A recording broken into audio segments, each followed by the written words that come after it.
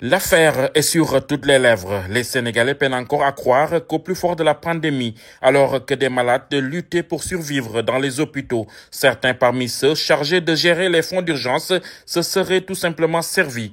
Abdoulaye Thiam, chauffeur de taxi, se souvient encore de ces jours sombres où la pandémie avait cloué tout le pays au sol. Pour lui, l'indignation est immense. Covid bi ku nekk xam na ni mu demee woon ak Sénégalais yi ñoom ni ñu ko dundee. On se rappelle tous comment était cette maladie. On l'a durement vécue. Nous, les taximens, étions tellement impactés. La Covid a tellement coûté à ce pays en termes de vies humaines et de sacrifices. On ne peut pas rassembler des fonds, les donner à des gens et qu'ils se permettent de se servir. À l'époque, l'État et le contribuable sénégalais avaient mobilisé plus de 1000 milliards de francs CFA pour soutenir la riposte sanitaire.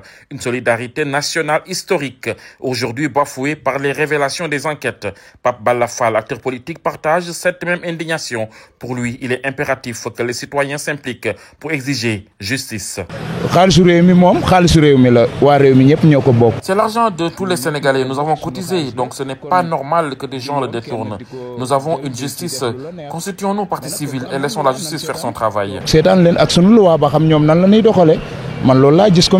Les premières arrestations déjà effectives mettent à nu des pratiques bien plus graves que ce que l'on imaginait. Surfacturation, détournement, favoritisme et falsification de listes de bénéficiaires. Un cocktail de malversation qui suscite l'indignation, mais qui appelle surtout à une réponse ferme et sans faille. Mohamed Ka, commerçant et lui aussi victime collatérale des restrictions de l'époque, appelle les Sénégalais à la patience et à la confiance dans le travail de la justice.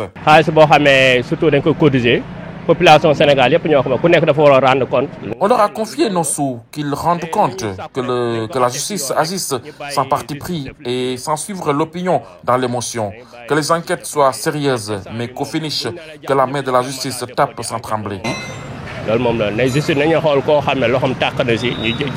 Les masques tombent, la vérité, elle, ne fait que commencer à éclore. Les Sénégalais attendent désormais des peines exemplaires pour ceux qui ont profité du malheur collectif au moment même où le pays avait besoin de solidarité.